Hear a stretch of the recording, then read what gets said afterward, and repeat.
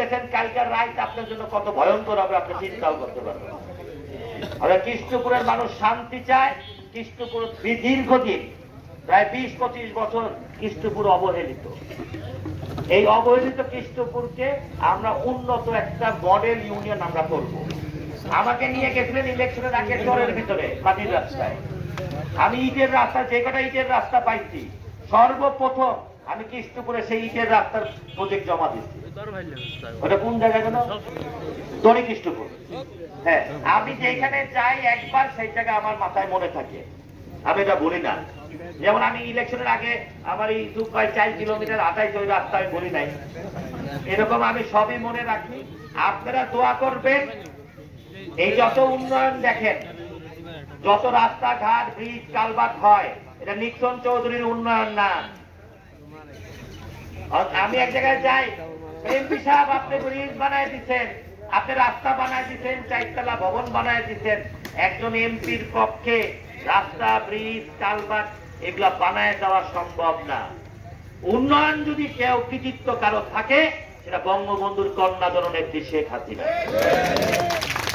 সে সারা দেশব্যাপী উন্নয়ন করে, আমি সেই উন্নয়ন আপনাদের মাঝখানে আইনা দিই। আমি স্বতন্ত্র এমপি, আমি কারো বিপদ গাবো না আর কারো বিপক্ষ করবো না। আমাকে সবাই ভোট দিচ্ছে। আমি আমার ভোটকে স্বীকার করতে হবে। আমি কার ভোটে হয়েছি? আমি সকলের ভোটে হয়েছি। আমি আমার ভোটকে যদি স্বীকার না করি, তাহলে আমি আমার দায়িত্ব পালন করতে পারবো না। তাই আমি আমার ভোটে স্বীকার করি। কে করুক আর না করুক কতটুকু চাই না, আমার কোন যায় সাহস আছে, আমি স্বীকার করি সবাই আমার ভোট দিচ্ছে। আমি এতটুকু বলবো, বারবার যে গত 3 দিন আগে আমি কৃষ্ণপুর আসছিলাম, ওই যে একটা আশ্রমে আসছিলাম, আজকে আবার আসলাম 3 দিন পর। কিন্তু আমি বারবার বলি, আপনারা বিগত দিনে কে কি সন্ত্রাসী, কত বড় সন্ত্রাসী ছিলেন আমার জানার কথা না, আমি বা জানতেও চাই না। কিন্তু আপনারা এই নির্বাচনের পরে সন্ত্রাসের কথা ভুলা যান। সন্ত্রাস দরকার হইলে যৌথ বাহিনী না, টাস্ক ফোর্স নিয়ে আইসা সারা বাংলাদেশের প্রশাসন আইনা মাটির তল থেকে সন্ত্রাসী বাইক করতে। যার নমুনা হালকা একটু দেখাইছি, হালকা। আপনার ওই সন্ত্রাসী চেয়ারম্যান তিতাস মনে করছিল আইনের বাইরে, মানে আইন তারে ছুঁইতে পারবে না, জেল কিন্তু 2 রাত খাটায় আসছে। এরপর কিন্তু আরো বাকি আছে লম্বা সময়। অতএব ওই তিতাস, শিপন, হাত কাটা এ আর হাত কাটা ওর, হাত কাটা গরু চুরি, গরু ডাকাতি, ঘর পোড়ানো, ঘর কোপানো ভুইলা যান। এগুলা আর কৃষ্ণপুরে চলবে না। কৃষ্ণপুর চলবে আমার অন্য যে 8টা ইউনিয়ন, যে শান্তিপ্রিয় মানুষ বসবাস করে, ওইভাবে চলবে। আমরা ইতিমধ্যে জেলার থেকে গোয়েন্দা সংস্থা, আমাদের অন্যান্য গোয়েন্দা সংস্থা, আমরা কৃষ্ণপুরের একটা জরিপ করতেছে গোয়েন্দা সংস্থারা, কারা কারা চিহ্নিত সন্ত্রাসী সেই লিস্ট কিন্তু তারা বানায় আমাকে দিচ্ছে। আপনারা খবরও পাবেন না।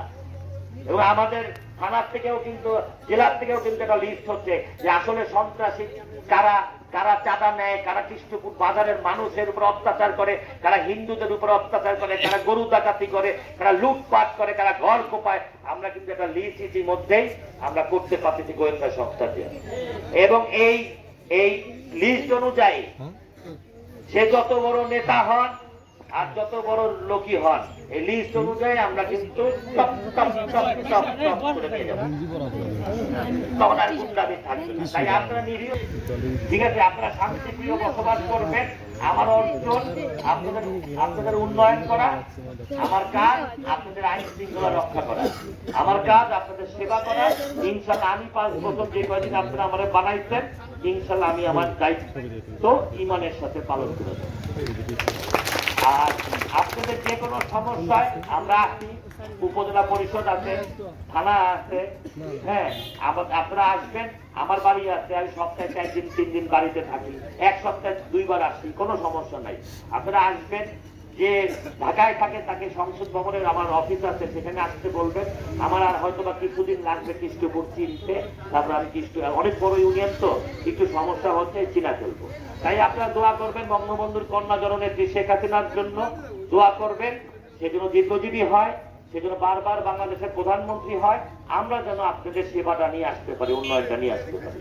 আর আমাদের একটা বিষয় সামনে চলে আসছে, অনেক ভাইস চেয়ারম্যান প্রার্থী, ভাইস চেয়ারম্যান পুরুষ আর মহিলা কি ভাইস চেয়ারম্যানই তো। আপনাদের আমি কারো নাম কম না, কেন আমি কইলে দোষ হবে। আপনাদের মন যারে চায় তারে ভোটটা দিয়ে দেবে।